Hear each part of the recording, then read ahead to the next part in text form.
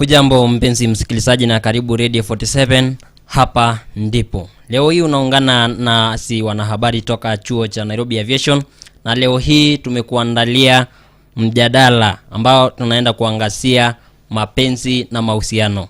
Utakuwa nami nahodha Duncan Tokoiwan pamoja na wanahabari wenzangu Masia Wenja, Monica Omboi, Omoto bin Omoto, Jennifer Wamboa, Davis Wanyonyi, Anita Ruby. Naam, shukran kabisa. Umeweza kuwasikiliza na umewajua. Tuanze sasa mjadala wetu. Bwana Omoto, mapenzi yako aje? Una mpenzi wewe? Nao mnahodha Duncan Tokoiwan. Mimi nina mpenzi kwa jina Ringa Nikuone. Ninamtambua huyo Ringa Nikuone. Naam. Ni mpenzi ambaye ananifaa sana. Naam. Na jinsi unavyoona jinsi nilivyong'ara ni kwa sababu ya juhudi zake. Kabisa ninaona umenyonga tai kweli kweli. Nakwambia. Na mpenzi msikilizaji, tuweze kuelewa mapenzi ni nini. Bi Anet, waweza ukatueleza mapenzi ni nini kwa ufupi? Asante sana kwa kunipea fursa. Mimi ningependa kusema mapenzi ni mahusiano yanayowaleta watu wawili pamoja, watu ambao wanapendana. Yaani kuna uaminifu katika mapenzi, na pia kwa mapenzi pia kuna kuheshimiana na kupendana kwa dhati. Bwana Davis, wewe unakubaliana naye? Nakubaliana naye. Wazo langu pia si tofauti na jinsi alivyosema. Ni kwamba mapenzi ni ile hali ya kuwa na mtu ambaye unampenda kwa dhati. Mnaendesha mambo yenu pamoja sawa, na pia mna lengo ambalo kuwa na furaha katika hiyo mkondo ambao mnafuata katika hiyo sekta ya mapenzi. Naam, shukran. Mpenzi msikilizaji, umeweza kusikia ya kwamba wametaja mapenzi kuwa ni kuaminiana na ule kuwepo pamoja. Niulize tu, kuna uaminifu katika mapenzi au pengine kuna udanganyifu mahali? Kuna uaminifu, ilhali nyinyi mkiwa wapenzi pamoja kuna ile muda ambapo mnafaa kujadiliana mkiwa pamoja, na pia kujenga mahusiano pamoja mkiwa mnaendelea na mahusiano. Ninaona hapa ninadanganywa. Mimi ni wa kizazi hiki na ninaelewa kabisa udanganyifu katika mahusiano upo kwa wingi. Kwa kweli bila kupinga kuwa kuna udanganyifu katika mapenzi. Ningependa kueleza, msichana anapokuwa katika utingo ule wa kimapenzi, lazima anakuanga ameka ile akiba ambayo itampa pole wakati itafika kile kilele ya kuwa huyo anayemdhania kuwa ni mpenziwe atakapo iangusha roho yake, atakuwa na wakumshikilia hiyo pande. Lasha, sikubaliani naye. David, tusikie kwako. Ujitose kwenye wapenzi ilhali una mtu mwingine ambaye unamwangalia pale. Kweli, swali ndio hilo. Naam. Ningependa kukujibu Bwana Davis. Naam.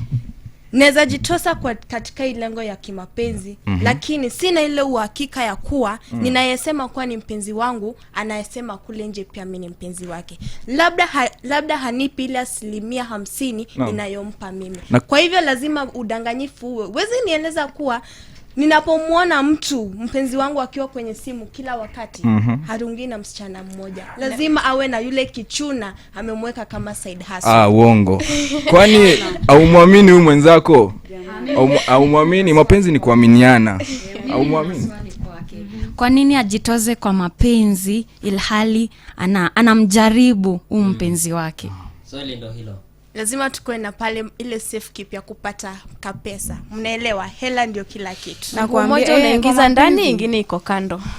Ninaona hapa watu ambao ninao hapa wanahabari wenzangu ni watu wanapenda pesa sana.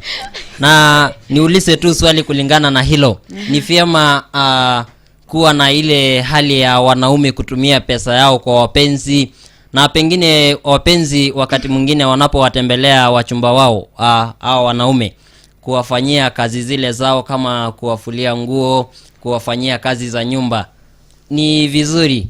Asante sana Duncan.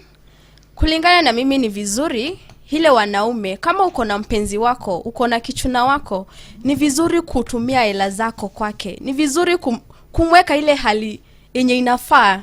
Ni vizuri, ndo yani ajihisi kuwa kuna yeye anayempenda. Kwa hivyo mapenzi ni pesa? Hapana. Mapenzi si pesa, lakini kama unampenda kichuna wako, lazima ukuwe na ile hakiba umeweka, umesema mwisho wa mwezi hii nimetenga. Bado inaitwa girlfriend allowance. Acha nikwambie Duncan, acha nikwambie, unaweza mpenda mtu bure na bado akutumie vibaya, na unaweza mpenda mtu akikupea pesa na bado akutumie vibaya. Sasa mapenzi ni pesa, lazima pesa ikue. Ndio ukiachwa unakuwa na something, unakuwa na kakitu. Ninaona hatari hapa. Na pia kama nimesikia ukisema kuwafanyia kazi za nyumba, kama kuosha nguo, kufanya usafi kwa nyumba, nikifika siku ya kwanza kwako lazima ukaribishe mgeni. Siku ya kwanza lazima mgeni akaribishwe. Siku ya pili maybe umpe jembe akalime. Siku ya kwanza utamkaribisha, lakini kama unanifanyia hizi vitu zote, mi nitakufulia nguo, nitakufanyia usafi kwa nyumba, lakini kama unifanyia tutasaidiana aje shwari? Bwana Duncan, ningependa kupinga kauli ya wanahabari wenzangu kwa kusema ya kwamba iwapo tutachukua huo mkondo, bila shaka sasa tutapoteza maana halisi ya mapenzi, na mapenzi yataisha. Kwa sababu ukiangalia mtoto wa kike, kama utamridhia kwa kila kitu, bila shaka utakuwa sasa umechukua mkondo ambao wazazi wake wangekuwa wanashughulikia swala hilo, na hivyo basi huenda basi mifuko yako itatoboka, na bila shaka utapoteza ile hali halisi. Hapana. Kuna miaka ufika unapata mzazi amejitoa ile hali ya kumpa mtoto wake zile hela. Kuna miaka inafika unapata utegemei mzazi wako. Ninaona mtu atapotozwa mahali. Sisi tukajikita na tukajua ya kwamba mapenzi ni pesa. Nimewasikia kabisa, na mpenzi msikilizaji, nikupe tu mawaidha ya kwamba wanahabari hawa kuna hatari mahali. Na niulize tu, ni umri gani unaofaa kuanza kijana kuanza kujihusisha na mapenzi, au na wakati mko katika mapenzi unafaa uwe na mpenzi ambaye mumeachana umri wa kiasi gani? Katika mapenzi sana sana tuangalie umri. Mapenzi ukitaka kuingia katika mapenzi, unaingia kwa mapenzi kama umekomaa. Hapo tukifika kwa kuangalia umri, nakwambia watu wengi ni kama watakosa mapenzi. Hebu nikuulize mwanahabari mwenzangu Anita Ruby, unaposema kwamba mtu anapoingia kwenye mahusiano ya mapenzi anafaa awe amekomaa, utaangazia vigezo vipi kuhakikisha kwamba mtu amekomaa? Unajua, ndio uchukue hatua ya kuingia kwa mapenzi, utakuwa umejijua kwamba nimetosha. Tunasema nimetosha mboga yani. Kwanza ni ukomavu wa kiakili na kimwili. Kimwili pia. Si unajua kwa wanaume, kwa wanawake mwili zinakuwa zina develop haraka. Mtu ni mtu unaweza muona ni msichana amekomaa lakini miaka iko chini. Lakini kwa nyinyi wanaume ni tofauti. Sasa hapo hivyo kwa mwili. Kwa hivyo sio kiwango ya kwamba uko na uwezo wa kurusha makurubundi. Ninaona hapa kanaifana tu sahihi. Ningependa kujibu hilo swali lako la kuachana na miaka. Naam. Kwangu mimi ningependa kusema kwamba angalau niwe nimemwacha na takriban miaka 3 kwenda juu. Hayo ni maoni yako ama ni maoni ambayo unasema sisi? Maoni yangu mimi. Maoni yako. Huyo mwenzangu niwe nimemwacha na takriban miaka 3. Kwa sababu gani miaka 3? Mbona isiwa hata mwaka mmoja? Hivyo tu wewe wajua kwamba wasichana wanakomaa zaidi. Wanakomaa kutushinda sisi. Naam. Na wewe pia uombe basi ukomee. Bwana Omoto. Ninamtambua Ringani kuone wako. Ringani kuone mimi? Huyo ninamjua kweli. Nakwambia kwamba tunashabihiana. Huyo Ringani kuone wako. Anajuana na rafiki zako, umemhusisha na rafiki zako. Mkimaliza wewe mwelekezi wa mjadala. Mkimaliza sasa mnamalizaje huo mjadala? Mlikuwa mmepanga mnaumalizaje? Nataka kujua mnavomaliza gumzo kama hili unamalizaje?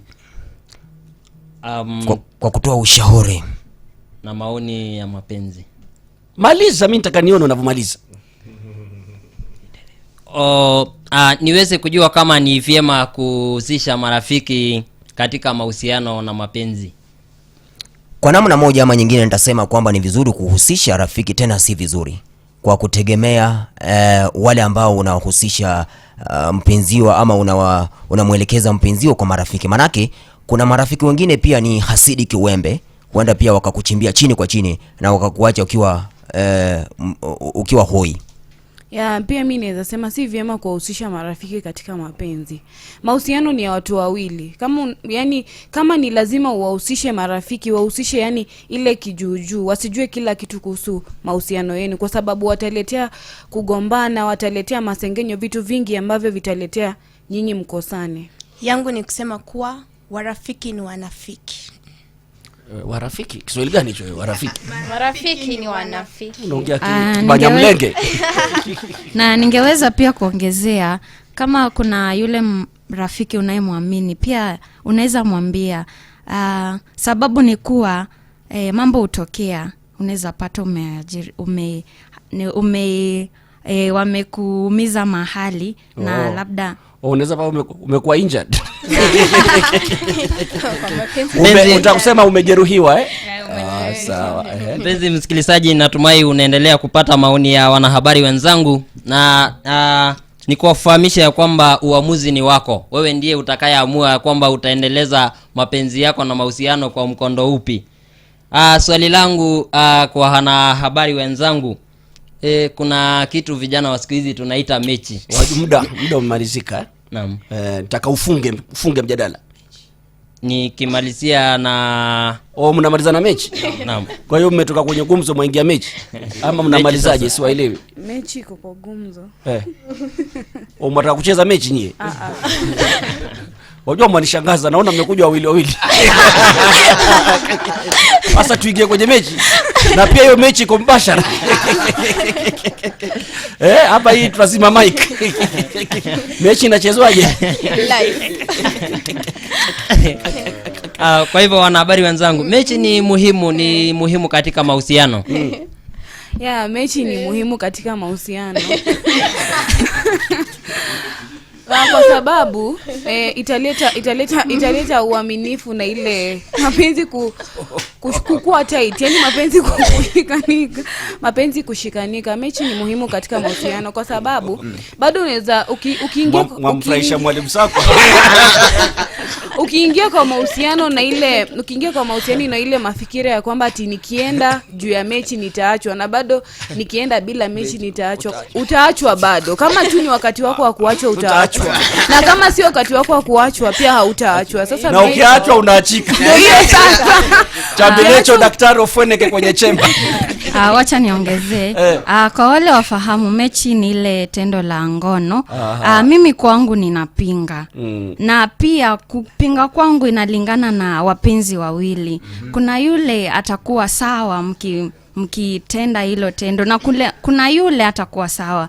Hii ni mwili yangu na ni mwili yako. Nikikata nimekata, nikikubali nimekubali. So langu ni la. Mwanahabari mwenzangu Masi Awinja, unasema kwamba mimi na wewe tukue katika mahusiano kwa huo muda wote, na bila shaka usikubali niweze kuchimba mgodi.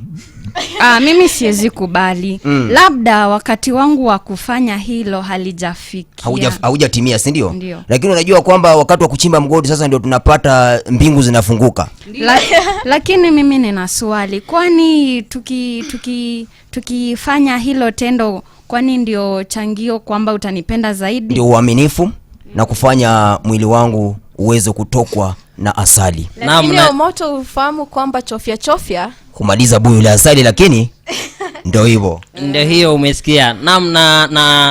Naona ya kwamba muda umetupa kisogo, na mpenzi msikilizaji, natumai ya kwamba umefurahia. Waweza pia kutupa maoni yako kupitia arafa fupi ya kupitia nambari ya 0793 047047, mitandao yetu ya kijamii ya Facebook Radio 47, WhatsApp 0197393887 au www.radio47fm. Shukran. Hadi wakati mwingine, kila laheri. Umekuwa nami Duncan Tokoiwan, Masi Awinja, Monica Wamboi, mwanahabari Moto Bino Moto, Jennifer Wamboa, Davis Wanyonyi, Anita Ruby.